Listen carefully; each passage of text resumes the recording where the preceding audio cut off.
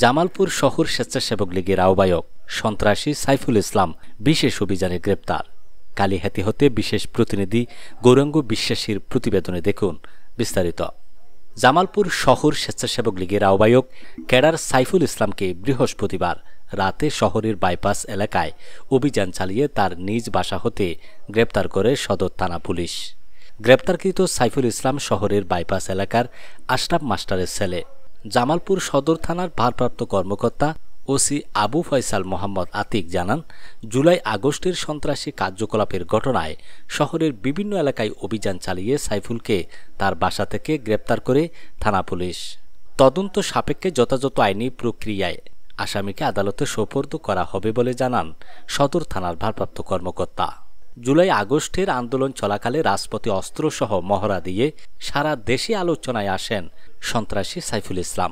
এরপর দীর্ঘদিন পলাতক ছিলেন এই আওয়ামী লীগ পরিবারের সন্ত্রাস। এর আগে গত শনিবার সকালে শহরের ফৌজদারি মোড়ে মুজিব বাহিনীর ব্যানারে মিছিল করে যুবলীগ, ছাত্রলীগ, স্বেচ্ছাসেবক লীগের নেতাকর্মীরা।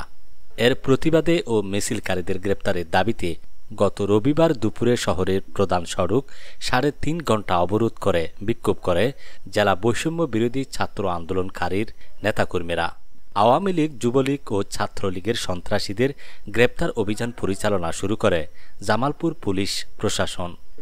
জুলাই আগস্টের ঘটনায় নাশকতার অভিযোগে সাইফুল ইসলাম উনি পৌর স্বেচ্ছাসেবক লীগের আহ্বায়ক, মোহাম্মদ মাসুম পারভেজ মুকুল, উনি মেলান্দ পৌর আওয়ামী লীগের সহসভাপতি।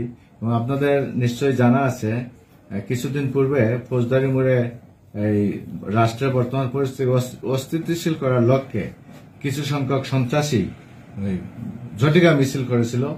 ওই মিছিলের অগ্রভাগের একজন, যার নাম মোমিনুল ইসলাম মুবারক, সে পৌর আওয়ামী লীগের সে স্বেচ্ছাসেবক লীগের সদস্য। তাকে আমরা গ্রেপ্তার করতে সক্ষম হয়েছি। মোট কয়জন? মোট ৩ জন।